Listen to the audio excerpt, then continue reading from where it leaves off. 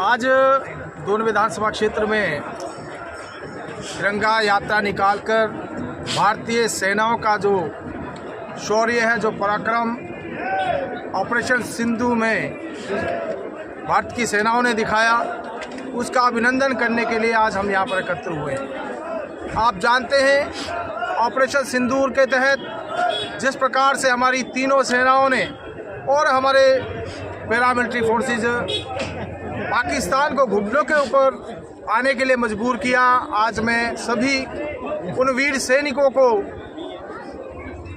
प्रणाम करता हूं, उनका अभिनंदन करता हूं। और जो दुस्साहस 22 अप्रैल को पहलगाम में पाकिस्तानी आतंकवादियों ने करके हमारी बहन बेटियों के सिंदूर को उजाड़ने का कार्य किया था, उसका बदला हमारी सेनाओं ने उसी रूप में लिया। जिस प्रकार से 6 और 7 मई की रात को हजरत, चाहे वो जैश ए मोहम्मद हो या फिर अन्य जितने भी इनके आतंकी गुट हैं, 9 स्थानों के ऊपर हमारी सेनाओं ने स्ट्राइक करके उनके जो मुख्यालय थे उनको नेस्तनाबूद करने का काम किया और ये बता दिया कि आज हमारी सेनाओं के अंदर वो कैपेबिलिटी है। आतंकवादियों के जितने भी ठिकाने हैं, वो चाहे कहीं पर भी छुपे आतंकवादी हैं, हमारी सेनाओं के अंदर इतना दम है, इतना सक्षम हमारी सेनाएं हैं, उनको ढूंढ निकालने में और उनको उनके अंजाम तक पहुंचाने का काम हमारी सेनाओं ने किया।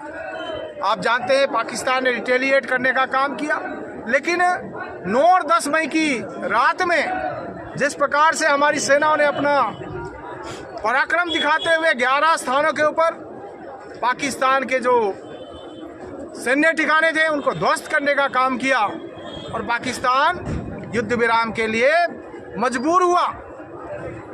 आज हम जानते हैं कि जिस प्रकार से हमारी सेनाएं माननीय मोदी जी का कुशल नेतृत्व और जिस प्रकार से एक सशक्त भारत आज पूरी दुनिया को ये संदेश देता है कि जो हमसे टकराने की कोशिश करेगा उसको हम छोड़ने वाले नहीं हैं। आज हम देखते हैं जब पाकिस्तान ने दुस्साहस किया, पूरा देश एकजुटता के साथ हमारी सेनाओं के साथ खड़ा हो गया। माननीय प्रधानमंत्री नरेंद्र मोदी जी जो अरब देशों की यात्रा पे थे, यात्रा आधे में छोड़कर वापस आए, एयरपोर्ट के ऊपर ही CCS की मीटिंग की और हमारी सेनाओं को खुली छूट दी कि सेनाएं अपने हिसाब से अपना टारगेट तय करें, अपना समय तय करें और अपने हिसाब से जो बहनों का सिंदूर उजड़ा उसका बदला लें। और हमारी सेनाओं ने करके भी दिखाया। भारतीय वायुसेना, भारतीय जल सेना, भारतीय थल सेना और विशेष रूप से हमारे जितने पैरामिलिट्री फोर्सेज हैं, BSF है और इसके साथ साथ हमारे देश की जनता भी, जिन्होंने की एक हमारी सेनाओं के पीछे पहाड़ की तरह जो खड़ी रही और सेना का मनोबल बढ़ाने का काम किया। आज दुनिया को हमने बता दिया कि जो हमको छेड़ेगा उसको हम छोड़ेंगे नहीं। और दूसरी बात, अगर कोई भी आतंकी हमला होगा वो युद्ध माना जाएगा। अभी केवल सीज फायर हुआ है, युद्ध समाप्त नहीं हुआ है। और हमारे प्रधानमंत्री जी ने सेनाओं को खुले निर्देश दिए हैं कि कोई भी दुस्साहस अगर कोई करेगा उसका सीधा जवाब दिया जाएगा। साथ ही साथ पाकिस्तान के साथ अगर चर्चा होगी तो POK और आतंकवाद के ऊपर होगी, इसके अलावा कोई चर्चा नहीं की जाएगी। और साथ ही साथ हमारे प्रधानमंत्री जी ने यह भी कहा कि ट्रेड और टेरर, टॉक एंड टेरर, ये साथ साथ कभी नहीं चल पाएंगे।